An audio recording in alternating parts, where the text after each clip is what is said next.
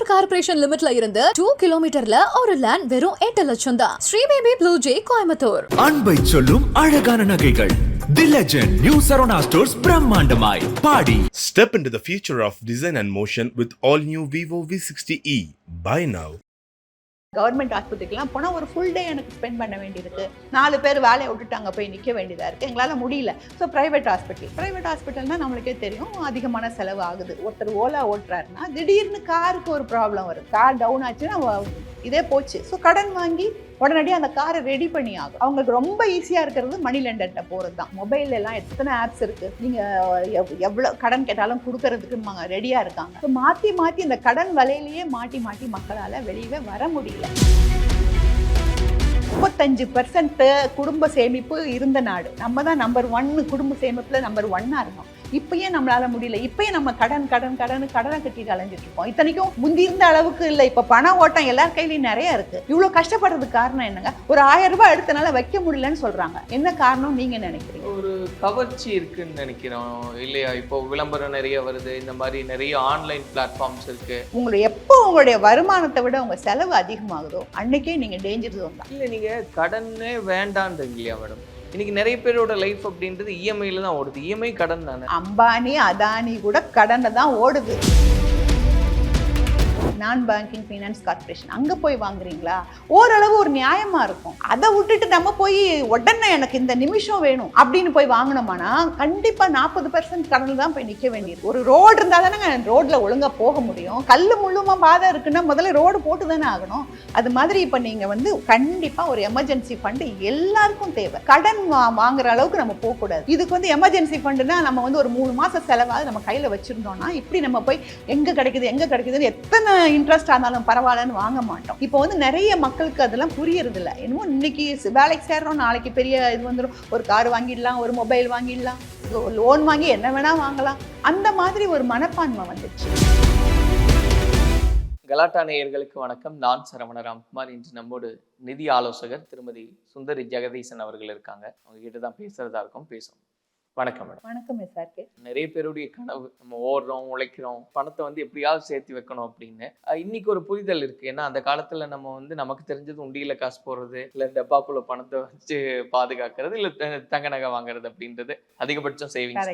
ஆனா இன்னைக்கு ஒரு பெரிய புரிதல் உண்டாகும். இந்த டிஜிட்டல் யுகத்தை பொறுத்த வரைக்கும் இப்படி பிளான் பண்ணலாம் அப்படின்னு. உண்மையாவே ஒருத்தர் 20,000 ரூபாய் இல்ல 30,000 ரூபாய் ஒரு மிடில் கிளாஸ்ல சம்பளம் வாங்குறாரு அப்படின்னா அதுல சேவ் பண்ண முடியுமா? எவ்வளவு சேவ் பண்ண முடியும்? எப்படி பண்ண? நீங்க 20,000 30,000 ரொம்ப, அதாவது சிட்டியை பொறுத்தளவுல சொல்றேன். நீங்க சொல்றது ஒரு ரூரல் ஏரியால, செமி அர்பன் ஏரியால அவ்வளவு அமௌண்ட் வருது அதிகமா இருக்கும். சிட்டியை பொறுத்த அளவுல தெரிஞ்ச ஒரு லேடி, ரொம்ப கஷ்டப்படுற லேடி தான்.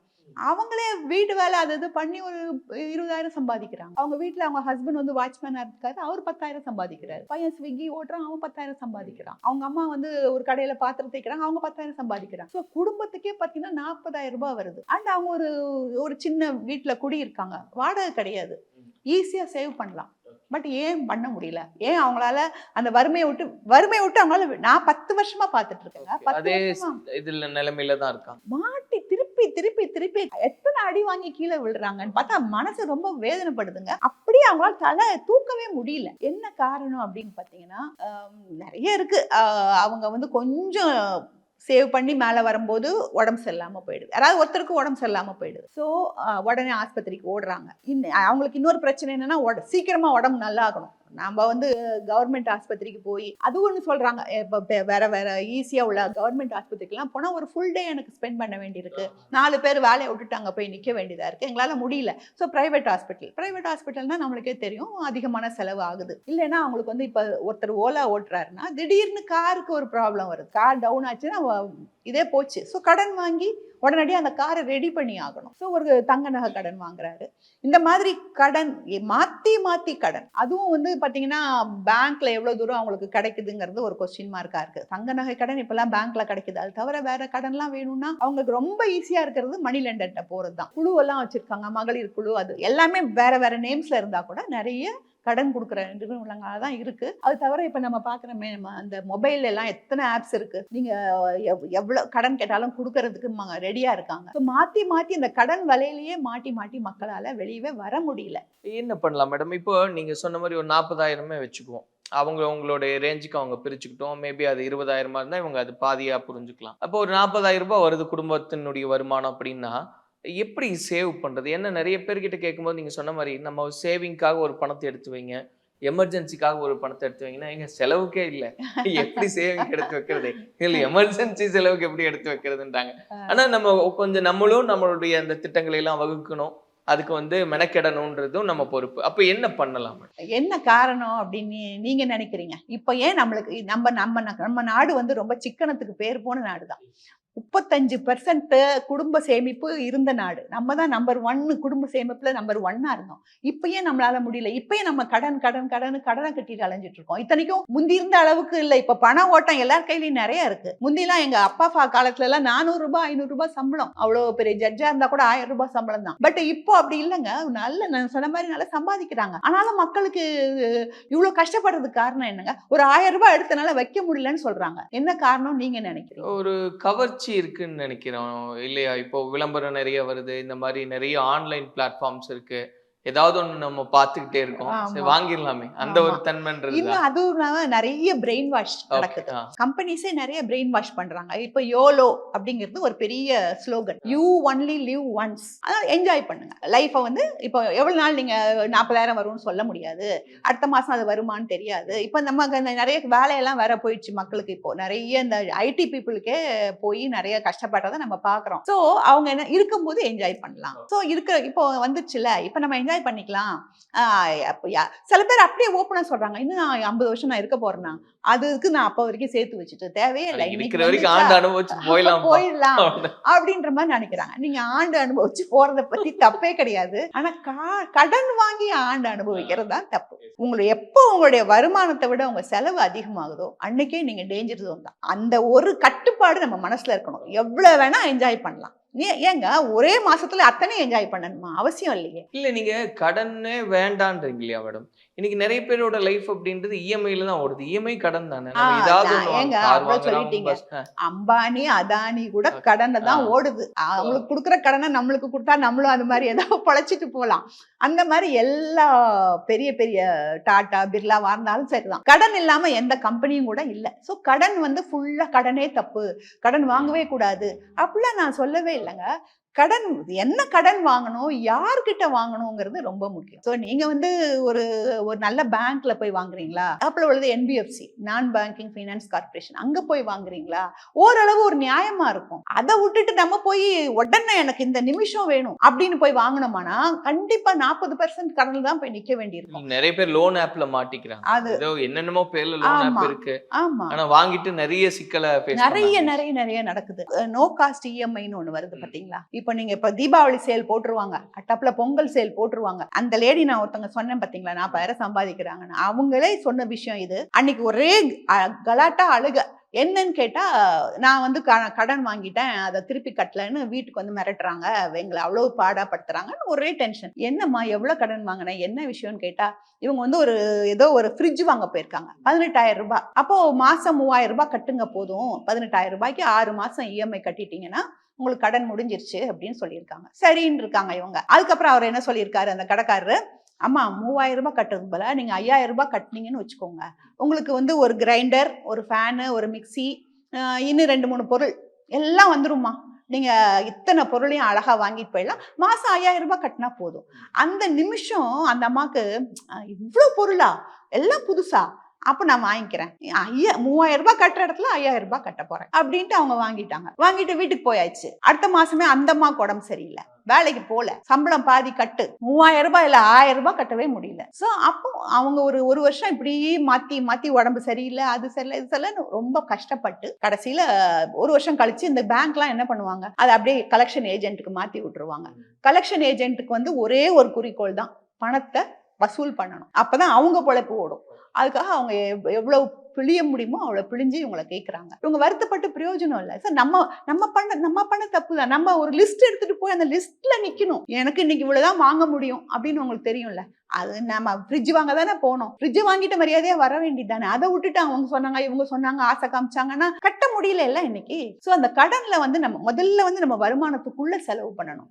நம்ம பிளான் பண்ணபடி தான் நம்ம போகணும். கையில ஒரு லிஸ்ட் எடுத்துட்டு போய் அந்த லிஸ்ட்ல என்ன பொருள் இருக்கோ அதைத்தான் வாங்கிட்டு அப்ப எப்படி பண்ணலாம் மேடம்? இப்ப வருமானம் வருது, நீங்க சொன்ன மாதிரி எவ்வளவு பெர்சன்டேஜ் சேவிங் கட்டாயமா தேவை, எப்படி அதை ஸ்பிளிட் பண்ணிக்கலாம்ன்றது? நீங்க இந்த ஸ்பிளிட் பண்றது நம்ம ஃபாலோ பண்றதெல்லாம் ஒரு பக்கம் நம்ம சொல்லலாம். நான் இப்ப உங்களுக்கு ஈஸியா சொல்லிடலாம் 50-30-20 எல்லா சார்ட் ஈஸியா ப்ரிப்பேர் பண்ணிடலாம், ஆனா ஃபாலோ பண்ண முடியாது.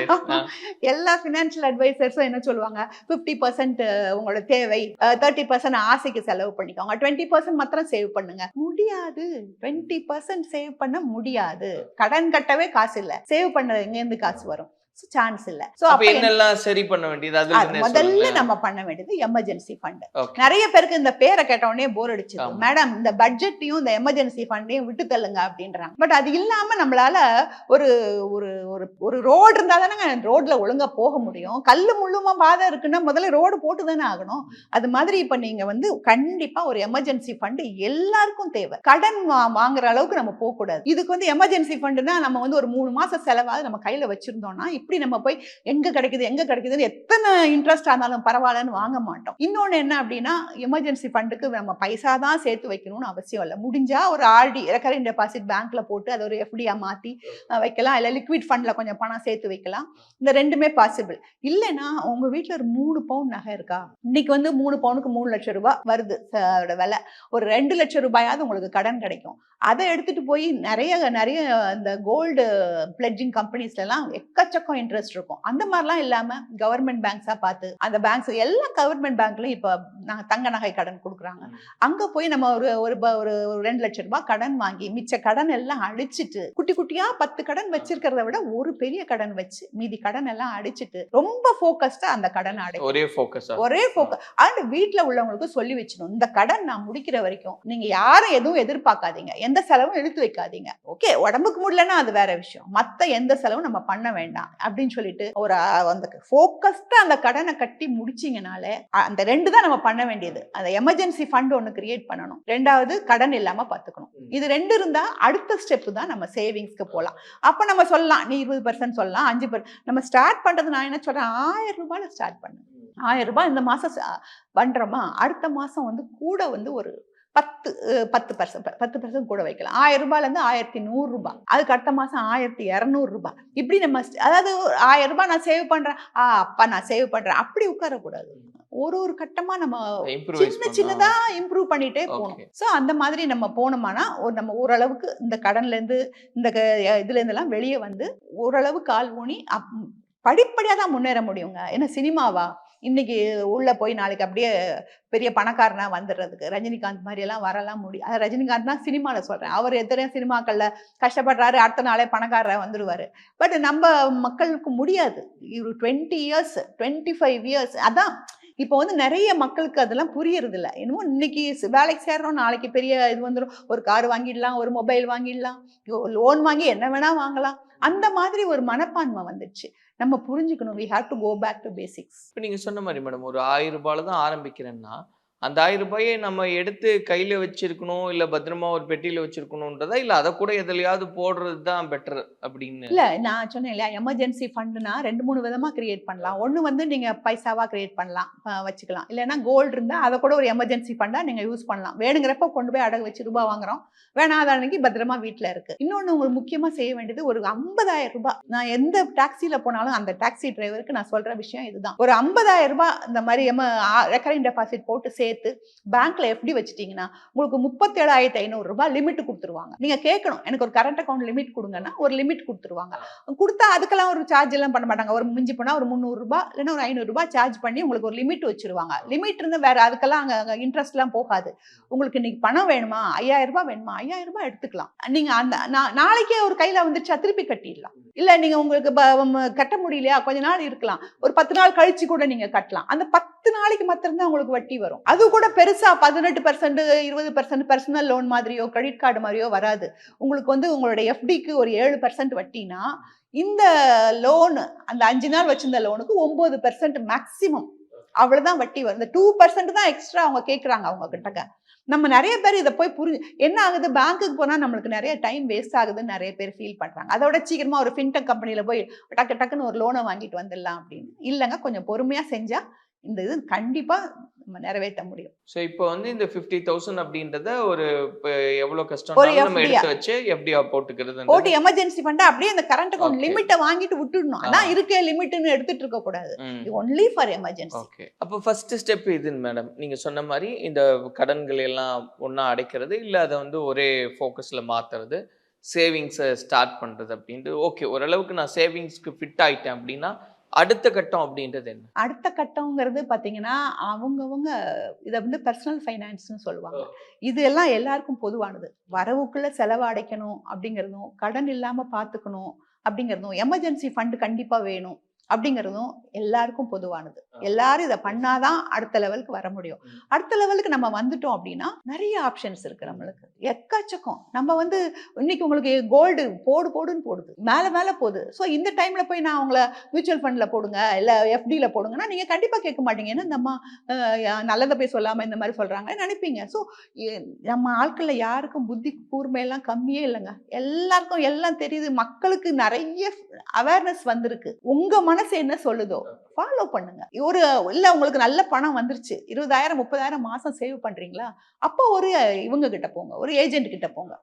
அவங்க எப்படி சொல்றாங்களோ அது மாதிரி ஃபாலோ பண்ணி டபுள் ட்ரிபிள்னு ஆக்கிட்டு போகலாம். கொஞ்ச நாள் வரைக்கும் நீங்க உங்களுக்கு எது பிடிச்சிருக்கோ, உங்களுக்கு எது பெட்டர்னு தோணுதோ அதுல பண்ணிட்டே வரலாம். நீங்க எந்த அவென்யூ எடுத்தாலும் அதுல ஒரு 10% உங்களுக்கு வருதுன்னு வச்சுக்கோங்க. அதை கன்சிஸ்டண்டா பண்ணீங்கன்னா ஜெயிச்சிடலாம். எந்த அவென்யூவா இருந்தாலும் ஜெயிக்க முடியும். ஆனா நம்மளுக்கு அதுல நம்பிக்கை இருக்கணும்.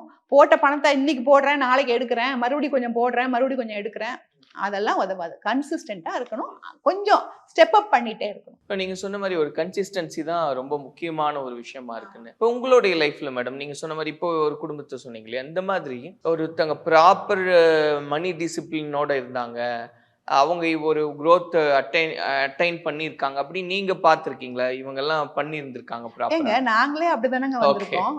நாங்கெல்லாம் நான்லாம் கல்யாணம் ஆகி வரும்போதெல்லாம் எங்க ஹஸ்பண்டுக்கு ஒரு 500 ரூபாய் சம்பளம் இருக்கும். அவர் இத்தனைக்கும் என்ஜினியர், டாப் மோஸ்ட் என்ஜினியர் பெங்களூர்ல. 500 ரூபாய் அப்பெல்லாம் அவ்வளவுதான் சேலரி. அதுக்கப்புறம் நான் பேங்க்ல சேர்ந்தா எனக்கு 400 ரூபாய் சம்பளம். ஸோ அந்த மாதிரி தான் நாங்களும் இருந்தோம். என்னன்னா நீங்க இந்த மாதிரி ஒரு நல்ல வேலைக்கு நம்மளாம் அந்த காலத்துல பிறந்துட்டோம்னு நான் நினைக்கிறேன். இந்த மாதிரி அட்ராக்ஷன், ஆமாங்க, இந்த அட்ராக்ஷன்ஸ் எல்லாம் இல்லையே.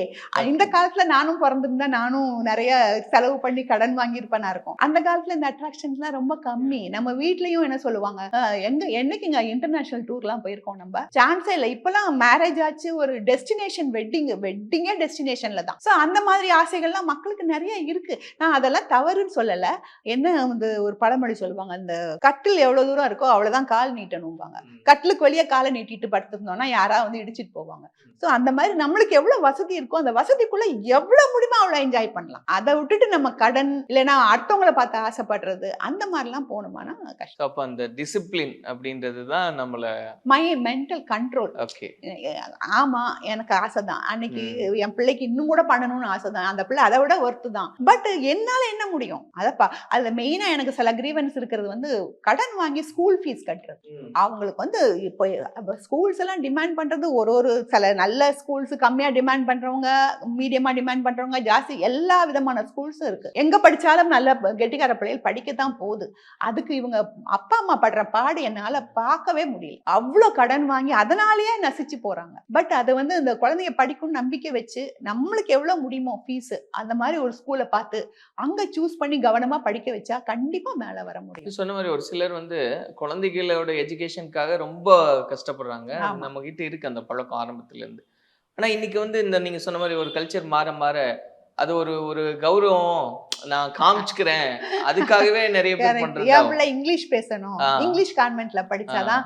நான் ஒருத்தங்க அதே லேடி தான் நம்ம மறுபடியும் கோட் பண்ண வேண்டியிருக்கு. அவங்க பொண்ணு வந்து வருஷத்துக்கு அவ்வளவு கஷ்டப்படுறாங்க. வருஷத்துக்கு 50,000 60,000 ஃபீஸ் கட்டுறாங்க. ஏமா அப்படி கட்டுறீங்கன்னா, ஏன் மேடம் என் பிள்ளை படிக்க கூடாதா, என் பிள்ளை அந்த மாதிரி ஸ்கூலுக்கு போக கூடாதா? ஐயோ நான் உன் பிள்ளை போக வேண்டாம்னு சொல்ல, நீ இவ்வளவு கஷ்டப்படுறியம்மா, நீ கடன் வாங்குறியே, அந்த பிள்ளைக்கு நாளைக்கு நீ கடன் சேர்த்து வச்சு என்ன பிரயோஜனம்? அந்த பிள்ளைய படிக்க வைக்கிறது எதுக்கு? சம்பாதிச்சு லைஃப்ல மேல வரணும். நீ கடன் சுமையை வச்சுட்டு போறியா அவளுக்கு? அதை நம்ம ரொம்ப கேட்க முடியாது. அது மறுபடியும் அது சொல்ல வேண்டியது பர்சனல் ஃபைனான்ஸ், அவங்க தனிப்பட்ட விருப்பம். நான் கடன் அவ்வை கூட என்ன சொல்லியிருக்காங்க, கற்கை நன்றே பிச்சை புகினும் கற்கை நன்றேன்னு சொல்லியிருக்காங்க. கடன் வாங்கி கற்கை நன்றேன்னு சொல்லல. அதனால நம்ம வந்து கடன் வாங்குறத அவாய்ட் பண்ணணும். சோ இந்த ஹேபிட்ஸ் இருந்தா நம்ம ப்ராப்பரா ஒரு லைஃபை இம்ப்ரூவைஸ் பண்ணி கொண்டு போக முடியும். கண்டிப்பா. நன்றி.